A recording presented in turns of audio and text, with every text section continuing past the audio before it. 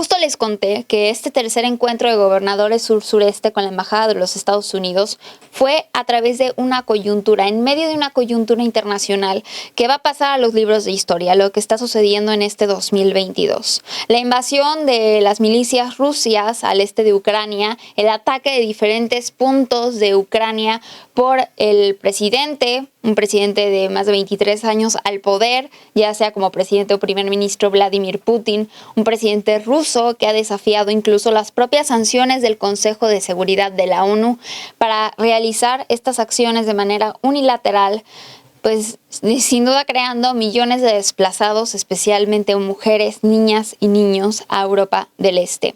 Esto no quiere decir que al mismo tiempo no sucedan otro tipo de conflictos en el mundo y que sean menos importantes, pero ahorita ante la coyuntura internacional no podemos dejar a un lado lo que está sucediendo, ya que Rusia es un país sumamente poderoso, que no tiene comparación ni siquiera la capacidad militar que tiene junto con Ucrania, que es mucho más pequeño, pero que hay una historia y un contexto histórico que les une. Por ello, desde Noticias Infraganti y en Cadena decidimos platicar con miembros de la sociedad civil dentro de Ucrania. Un hombre, Alexander Projorenko, que forma parte de la resistencia en la capital, Kiev. Esta persona cambió su vida en cuestión de horas. De ser un empresario en un restaurante de moda en Kiev, de vivir una vida normal, tranquila, pacífica, pasó a estar en un estado de guerra en una madrugada. Vamos a ver qué es lo que pasó desde Kiev. Desde Ucrania estamos con el emprendedor Alexander Projorenko. Thank you so much, Alexander. Daiskuyu. I don't know if I'm doing thank you word in Ukrainian. Дякую. Yaku. Thank you for speaking with us, for our Mexican audience, for our Latin audience, because I've seen what you have posted in social media about the situation in Ukraine with the civil population, how you have all gone to shelters, how many of you are living your hometowns, your cities, even your country. You are packing, you are taking the important stuff, the pets. How is the situation right now for you? Well, starting from this moment, I'm in the traffic jam to a petrol station. We are out of gas, so you can hardly find it. And you need it because in case of like a real emergency, which is basically now, we will have to leave, and people don't have the fuel. And now it's 20 to 5 p.m. and the military hour, where you're not allowed to be on the street, starts in 20 minutes. So it's from 5 o'clock p.m. till 7 o'clock in the morning, and you're not allowed to be on the street. But just my neighbor called me and said that he'll be at the gas station. If he'll find something, he'll let me know. So we are worried that we are not will be in time, but we need some fuel. So we are in hell, I would say. All Ukraine people, we are fighting the evil named Putin empire that wanted to take our independence, our little country.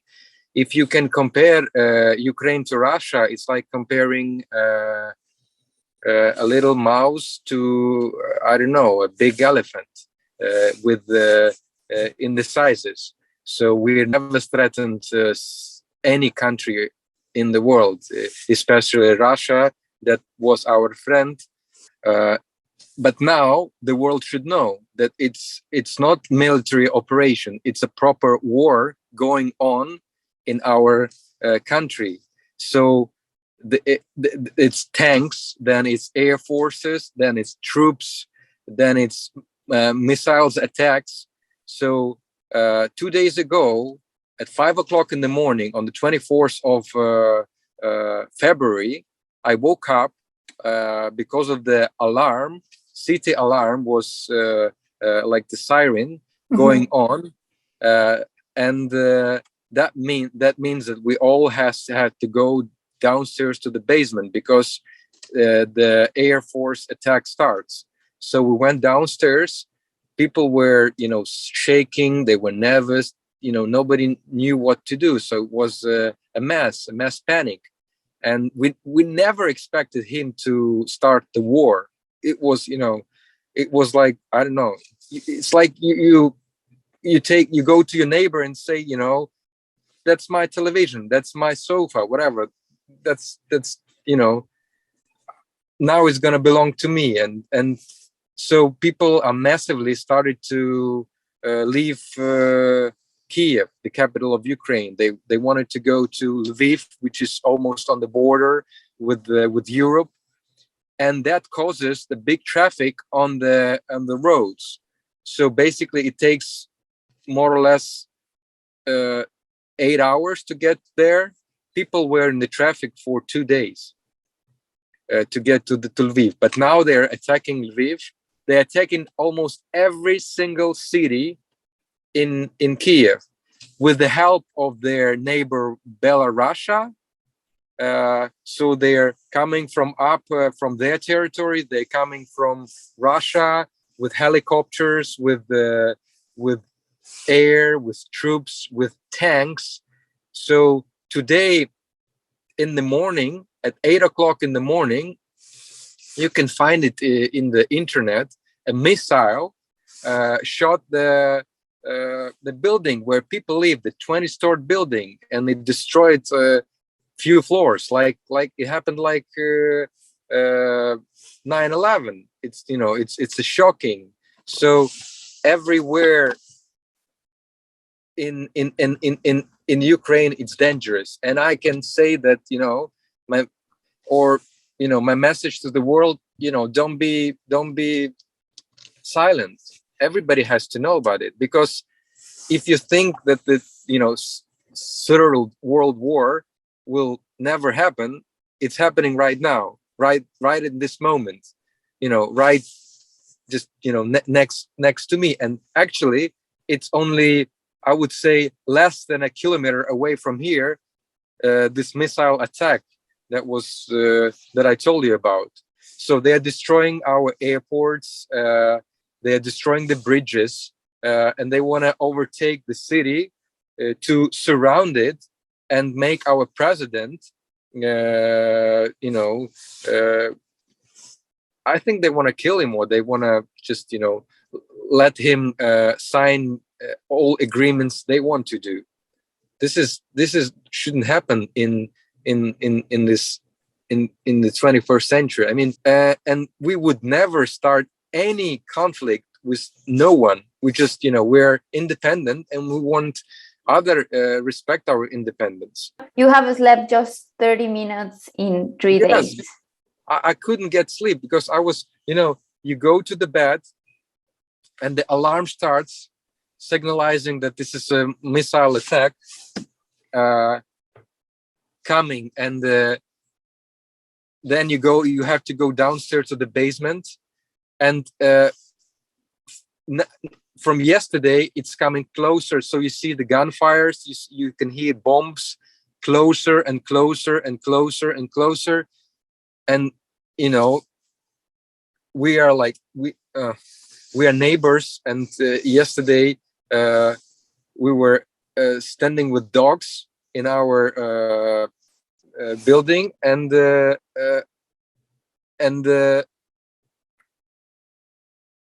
that's some military guys, and just missiles were going yes, in the sky. in the city. I'll send you the videos. I'll send you everything. I saw in your Instagram stories that there is like 30 people left in your building, that the other 100 just left by car the first day.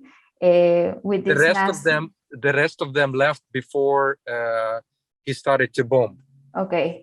I saw you that you took many things to the basement, where there is a parking lot of your building, and there were like many people there, like 30 people there with the shelter. When you are trying to get a sleep, when you are in these shelters, hearing all these things, what crosses to your mind? You feel unsafe. You feel that, you feel that that people are watching you, but you feel not protected. You feel like you feel lost. You feel, I don't know what will happen to my business. I mean, but it's the last. But I don't know what will happen with my families, with my neighbors, with my friends, because everybody left in different directions. But we are strongly believe that we will overcome this evil, this virus. It's worse than coronavirus. It's the worst in the world. And I don't know, you feel like unstable, you feel you're I cannot give you this feeling, because when you hear this and people are, because we stay not in our apartments, but we stay in the hall of the building, all the 30 people, we are sleeping there. We brought also because it's not that cold there, it's warm, but every time we hear the alarm, we go downstairs, and there is a bit cold, and I cannot sleep there. Every time I just I say, okay, I don't care, I will go upstairs to my apartment. But every time I'm there, my friends is calling me, okay, there's alarm, you have to go, or I hear the alarm. And would you ever get any sleep if you would know that there is a missile can go to your building? No. If the whole world will unite against this enemy, we will this is the only way. This is the way. But we will fight our own way. We are fighting, and we will win. But we want you to support us. We want all the nations support us. And thank you for that questions, and thank you for making it out loud. So yes, thank you for sharing this heartbroken experience, because it is I feel like a complete failure of an international system that led this to happen. I saw that there are many people going to Poland and going to Romania. You are in Kiev right now. If the situation gets tougher, you are in the capital. If the situation gets tougher, and I know this is a very hard question, are you planning to leave, to emigrate to Poland or to any other country that is in the European Union?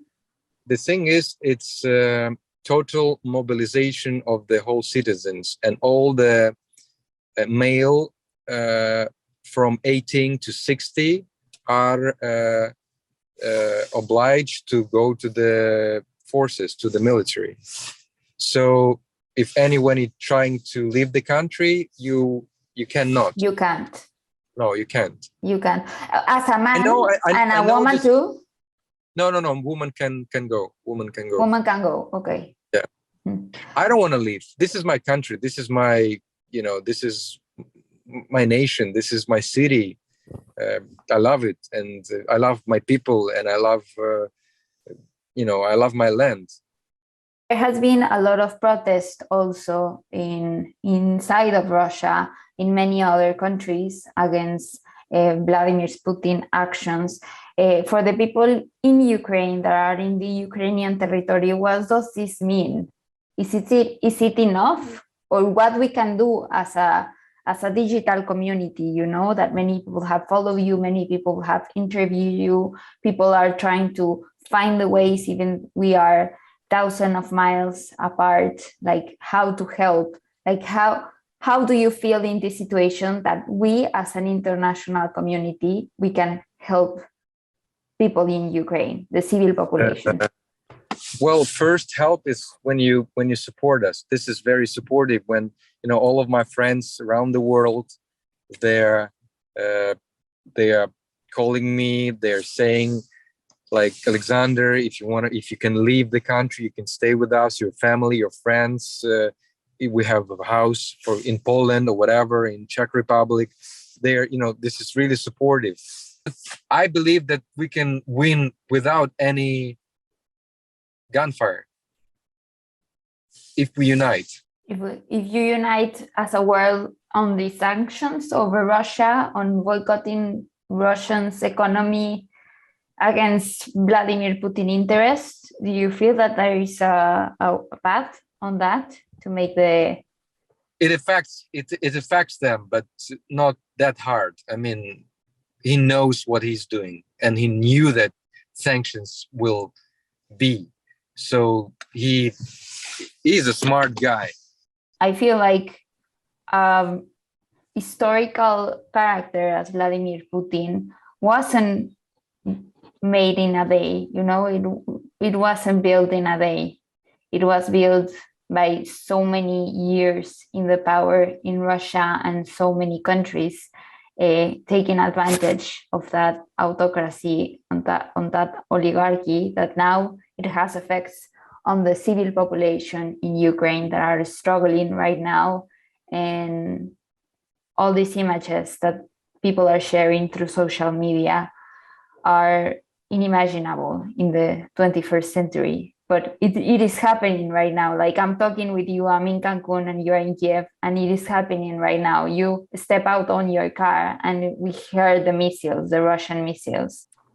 I hope that you are safe and your loved ones are safe and your family is safe. And I hope that the international community finds a way in the next days to make this conflict stop, because it is the biggest invasion that has happened in Europe since World War II, without doing any disrespectful comparisons from that conflict that was tremendous. But I feel like it's the greatest invasion since that, and it has passed 76 years since the end of that. So I feel like it's very dangerous that Russia is taking so much Russia, as Vladimir Putin autocracy, is taking so much power and doing these unilateral attacks on your country. That's true. And that they say Russian media say 2 or 3 days and we will be in Kiev, and our flag will be on the top of your president house. This is scary. This is not normal. This is something is wrong with this world if that would happen, and the world will be just watching and doing nothing. This is, people should know about it, and people should care about it, because it's the only way to the humanity. It's the only way to live. It's the only way to be a human being.